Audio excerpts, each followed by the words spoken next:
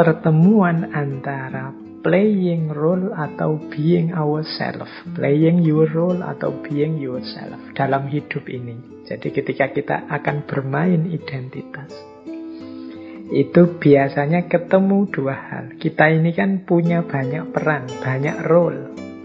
Kalau tadi saya bilang kita ini mahasiswa, kita ini kakak, kita ini orang tua, kita ini anak, kita ini mungkin anggota lembaga apa, ketua lembaga apa. Ini kan role-role, peran-peran yang harus kita mainkan di tengah masyarakat.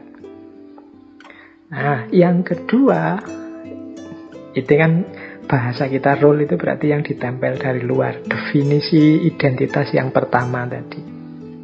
Tapi ada juga being yourself, dorongan dalam diri kita sendiri yang kita inginkan, passion kita, kemudian apalagi kecocokan, kenyamanan kita. Ini kan namanya being yourself. Nah, dalam hidup kita, ketika kita menghidupkan identitas-identitas, ini bertemu dua hal ini. Memainkan peran dan menjadi diri kita sendiri. Alhamdulillah, kalau peran yang kita mainkan itu cocok dengan passion kita, keinginan kita, being kita. Kalau ini luar biasa kalau bisa cocok terus. Jadi selalu peran yang saya mainkan itu memang doronganku begitu. Misalnya saya ini mahasiswa, Pak. Kok saya itu orangnya, Pak, suka sekali belajar, suka sekali baca buku, nyaman dengan dunia akademik. Ini peran dengan dorongan jiwanya sesuai. Yang sulit adalah ketika antara playing role dengan being ourselves ini berbeda.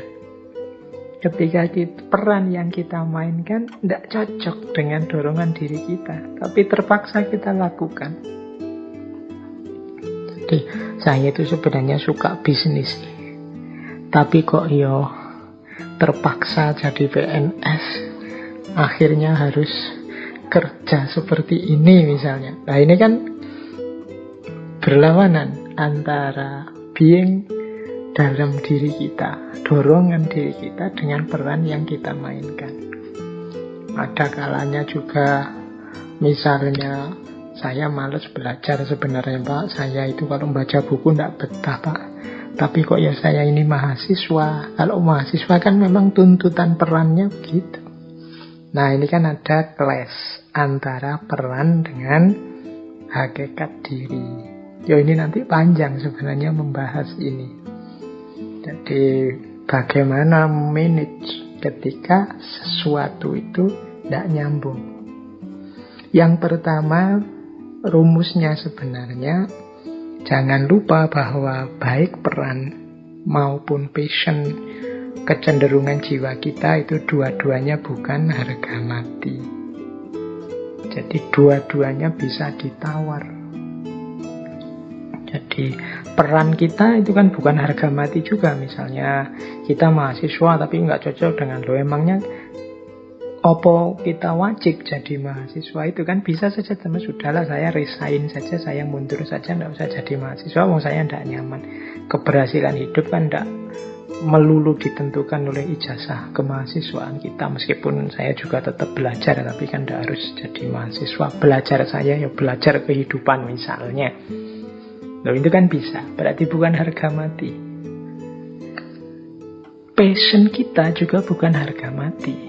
Dorongan jiwa kita itu juga bukan harga mati.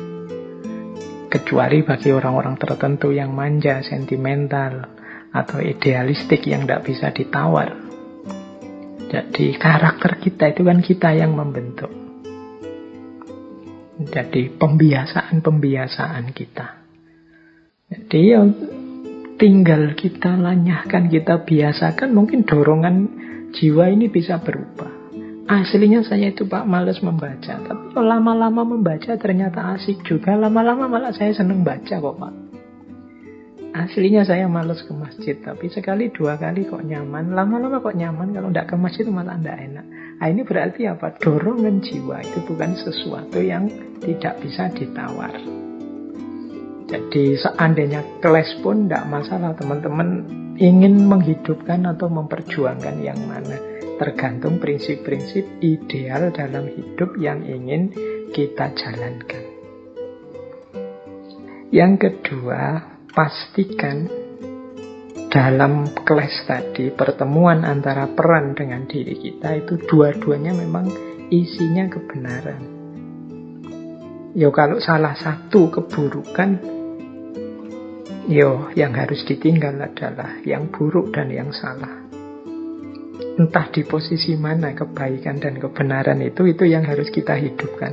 Misalnya dorongan jiwaku yang salah, peranku ini benar baik, ya tetap harus kita mau mengalahkan dorongan jiwa yang salah tadi. Saya inginnya senang-senang saja kok Pak, tidak mau kawin sih, mau asik-asik saja, itu dorongan jiwaku. Tapi kan sebagai seorang yang beradab, sebagai seorang yang beragama kan saya tidak boleh begitu. Itu kan peran adab di tengah masyarakat, peran agama, role sebagai orang beragama yang harus kita jalankan. Kalau dalam posisi ini kan kelihatan peran kita yang positif, baik, benar, sementara dorongan jiwa kita yang ingin senang-senang saja itu tidak sesuatu yang positif. Berarti apa? Ya menangkanlah yang positif, yang baik. Kalau dua-duanya sama-sama baik gimana Pak? Dua-duanya sama-sama positif, ya silahkan saja dipilih. Mana yang diberati, berarti milih mana saja ya benar. Dan tidak masalah, wong dua-duanya bukan harga mati.